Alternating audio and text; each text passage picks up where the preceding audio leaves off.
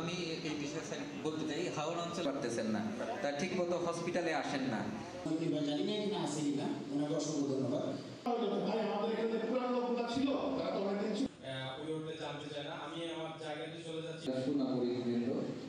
আমি ধন্যবাদ করতেছি, কিন্তু আপনার কিছু দায়িত্ব আছে। এই কমিশন পূর্বতন সমস্ত কমিশনের চেয়ে অনেক ভিন্ন, এবং আমি করি এই জন্য আমাদের দায়বদ্ধতা অনেক বেশি দেশের প্রতি, মানুষের প্রতি। আমি যদি কমিশনার হিসাবে, আমরা যদি দুর্নীতি দমন কমিশনার হিসাবে যদি কোনো ধরনের শিথিলতা বা কোনো ধরনের অনৈতিক কার্যকলাপে জড়িয়ে পড়ি, সেটা হবে আমাদের বাচ্চাদের রক্তের সাথে বিশ্বাসঘাতকতা করা সরাসরি।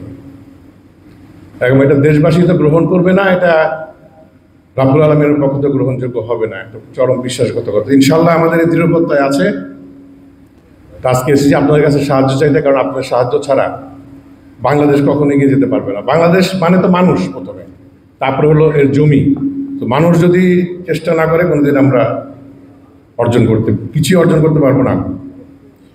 ছোটবেলা থেকে আমার একটা প্রশ্ন ছিল, এটা মনে হয় আপনাদের অনেক প্রশ্ন। আমাদের খালি বলে যে আমরা সিঙ্গাপুর হব, আমরা মালয়েশিয়া হব। আমার ছোটবেলা থেকে প্রশ্ন ছিল, কেউ কেন বলে না আমরা বাংলাদেশ হব? অন্য দেশগুলো কেন বলতে পারে না আমরা বাংলাদেশ হব? কেন কেন আমাদেরকে সিঙ্গাপুর হইতে হবে, মালয়েশিয়া হইতে হবে? কেন মালয়েশিয়া বলে না যে আমরা বাংলাদেশ হব? একটা মাত্র কারণ, সেটা হচ্ছে দুর্নীতি।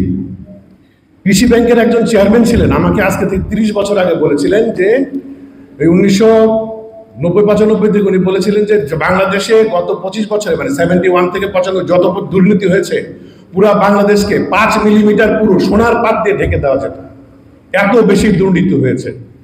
এই 2024-এ আমরা বুঝতে পারলাম এসে যে আসলেই কতটুকু দুর্নীতি করা সম্ভব এই দেশের সমস্ত রক্ত চুষে নিয়ে গেছে এখান থেকে। এবং এমনভাবে ব্যাংকগুলার সিস্টেম করে রাখছে যে আপনি যদি 1 কোটি টাকা, আপনি যদি 10 লক্ষ টাকা জমিতে ঘাম ফেলে উপার্জন করে 10 লক্ষ টাকা যদি ব্যাংকে রাখেন, ব্যাংক যদি দেউলিয়া হয়, আপনারা কত ফেরত পাবেন জানেন? 1 লাখ টাকা, মাত্র 1 লাখ টাকা।